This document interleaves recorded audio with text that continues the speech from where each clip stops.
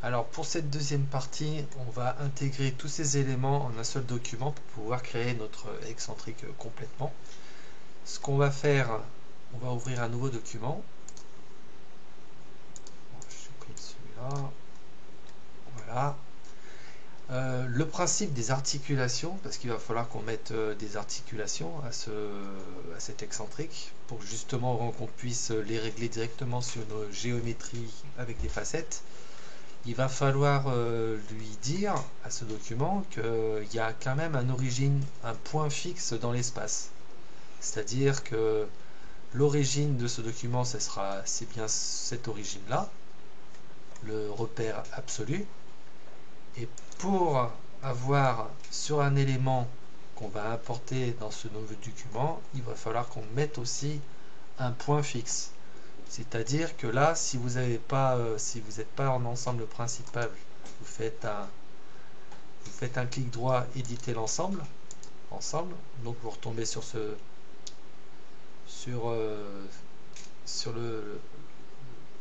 panneau principal.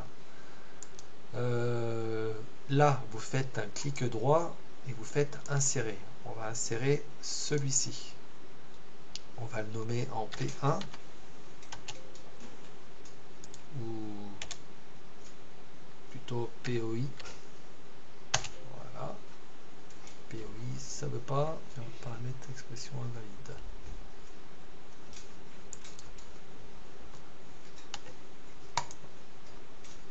P1. J'ai oublié de faire en fait un clic droit directement. Attendez, je recommence. Voilà, donc je fais insérer celui-ci, stop, P1, OK. Voilà, notre document, au moins, il va avoir le boîtier, la tige et cette origine-là. Un petit coup enregistré. Alors, dans le nouveau document, on va importer l'articulation partie 1. Voilà. Dans automatique, on va faire un repère sur repère. Donc, on sélectionne le repère de la géométrie qu'on a importé avec l'origine. OK. Alors, pour le pivot, étant donné qu'il est cylindrique et la base n'est pas cylindrique, il n'y a pas d'arrondi, il n'y a que dalle, donc ça ne va pas pouvoir pivoter facilement. On va devoir créer on va soustraire un pivot à cette tige. On va revenir, on va faire un coup échappe déjà, on va revenir sur articulation 1. On va créer un nouveau repère en duplicata de celui-ci, rotation sur X à 90 et je le rends courant. On va créer un profil avec 7 de diamètre comme pour la tige et on va choper le point central de l'origine. Échappe. Maintenant on va pouvoir extruder. Un petit clic droit pour extruder dans les deux sens. On va mettre tout simplement 30. On va soustraire la tige avec ce cylindre. Voilà. On enregistre. Donc si on ouvre le nouveau document qu'on a ouvert tout à l'heure, ça a pris les conditions de tout à l'heure. Là, on va importer donc la deuxième partie, c'est-à-dire le pivot. On va sélectionner la base cylindrique avec celui-ci. OK. Dans automatique, je vais assigner un plan sur un point. Donc ce plan-là, avec ce point-là, je vais mettre 7 divisé par 2. Là, si c'est pas ça, vous éditez le pivot de nouveau. On va chercher ça, on fait modifier ce qu'il y a entre parenthèses, on met un moins et on fait entrer, et voilà, ça c'est bon. On va prendre le chariot, on vérifie que seule la rotation est valide. OK, on va l'orienter comme ça. Maintenant on va importer de nouveau l'autre pièce, la partie 1. Ok, je sélectionne l'intérieur du cylindre et je positionne à l'intérieur du cylindre du pivot. Là, je vois que va falloir faire une inversion. Voilà, bah c'est parfait comme ça. Il ne nous reste plus qu'à faire comme tout à l'heure, c'est-à-dire en automatique, on va prendre ce point-ci à cette face du pivot. Donc, point sur plan. Point sur plan. Et là, on va mettre moins. Ok. Là, on vérifie. Ça tourne. Et le pivot, il devrait normalement...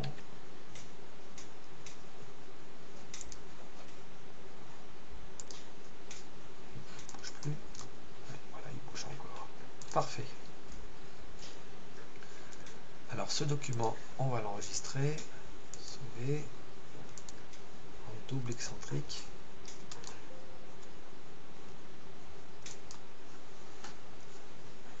Ok.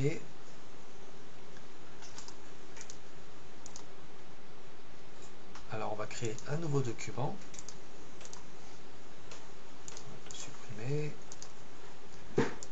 On va créer un profil assigné à ce repère.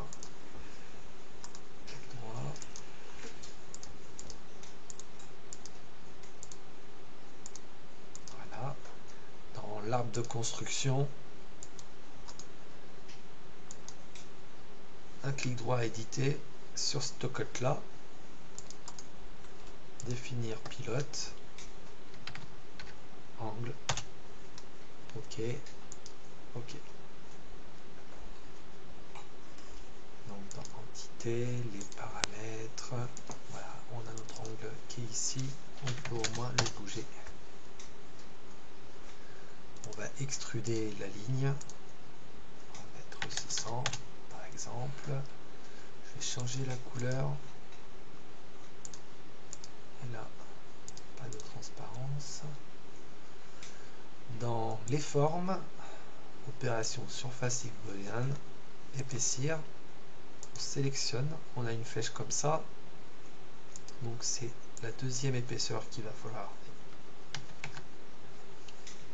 extruder sur les normales de ces deux faces. Ok, ok.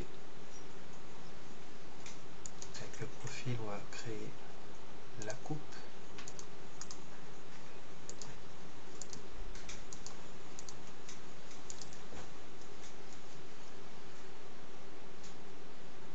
Un clic droit sur le niveau 1 et on sélectionne un des deux. Ok, comme ça au moins on ne sera pas gêné. Ces deux pièces, on va les nommer.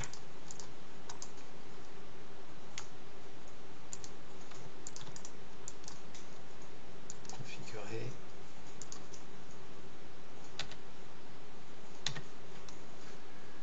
Appliquer. Celui-là, on va appeler P2. Appliquer. Ok. Donc, alors si on importe notre excentrique tel qu'il est à ce moment-là, on va vite constater qu'on n'aura aucun pivot de fait. On pose, on le sélectionne. Ah, jusque là, ça marche. Ok, si je prends celui-là, là ça marche plus parce qu'il n'y a aucun pivot défini. On va le supprimer, on va revenir en arrière. Alors ce qu'on va faire déjà, on va rajouter une référence ici. On va éditer un nouveau repère en duplicata. On va faire une rotation. Là on va faire une rotation sur X de 90. Ok. Avec la clé plate, on va légèrement agrandir la grille. Voilà. Comme ça au moins notre axe déjà défini. Dans assemblage, on va mettre une publication, on va sélectionner cette grille et on va l'appeler A. OK. On enregistre. Maintenant, on va dans assemblage, définir composants et articulation. On va appeler arti, entrée. Là, on nous demande de mettre un point fixe. Donc tout à l'heure, on a fixé ce boîtier avec l'origine. Donc on va bien sélectionner celui-ci, un clic droit et on va le rendre fixe. OK. Pour reconnaître le boîtier qui est accroché à la grille, on va mettre des numéros. On va mettre un 1 ici et un 3 ici. Comme ça, on sait que quand on va l'importer sur nos documents, on mettra le 1, le 2, le pivot à l'intérieur de la coupe et le 3 pour finir.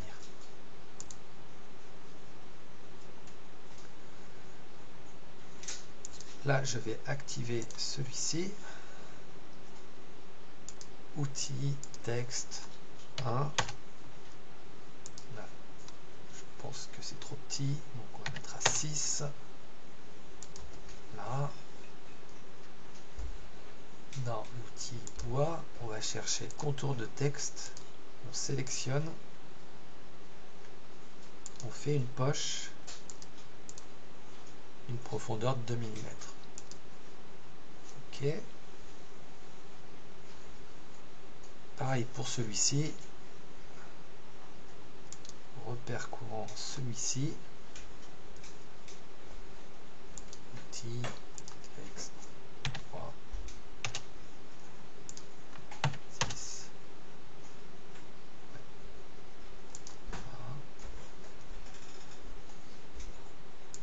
Bois. Contour de texte. Je sélectionne.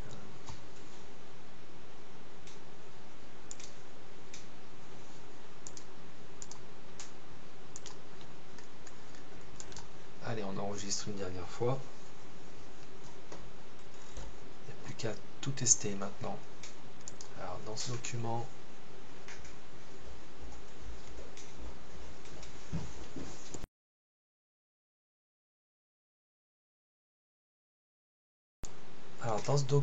on importe celui-là. On sélectionne le 1 à cette face.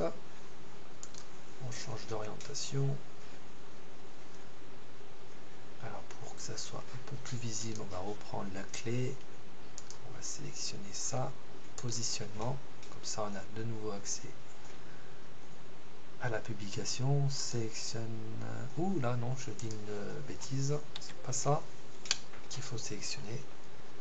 Il faut sélectionner la base du pivot. Donc pour bien le voir, on va reprendre.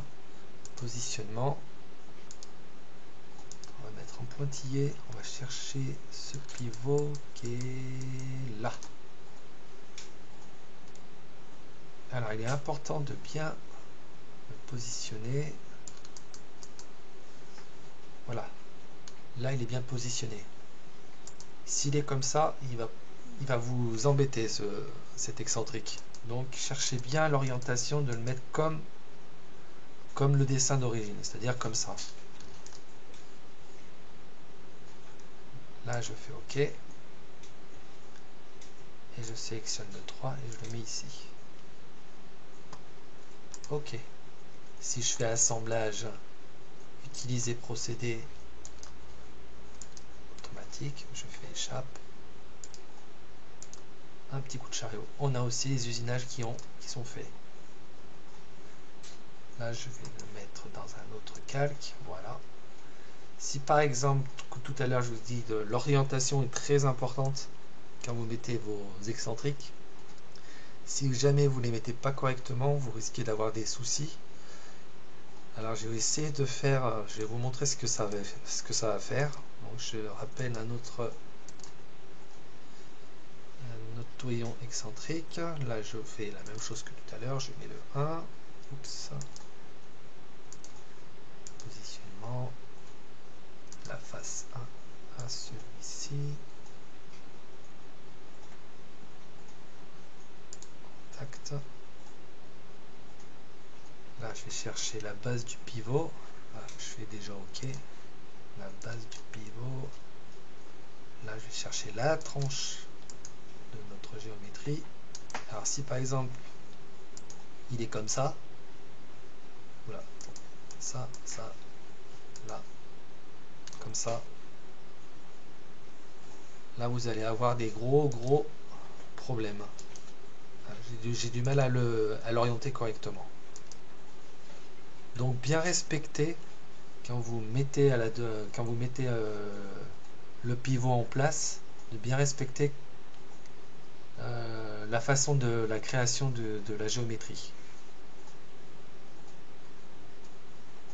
C'est-à-dire qu'il était ça sur la géométrie, il est bien. On va plus le rapprocher, comme ça on le verra mieux. Voilà, vous devez toujours l'orienter de cette façon-là en fait.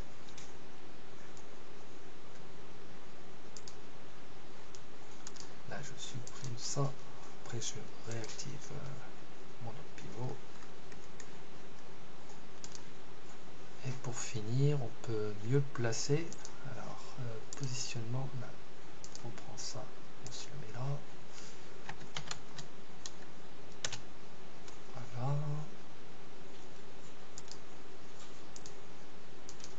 Là, il fait 600. Et il est très facile après de faire une répétition. Donc, je fais une répétition sur ce modèle-là. Je le fais en linéaire. OK. La distance était 600. 400. Et on en met 3. Voilà.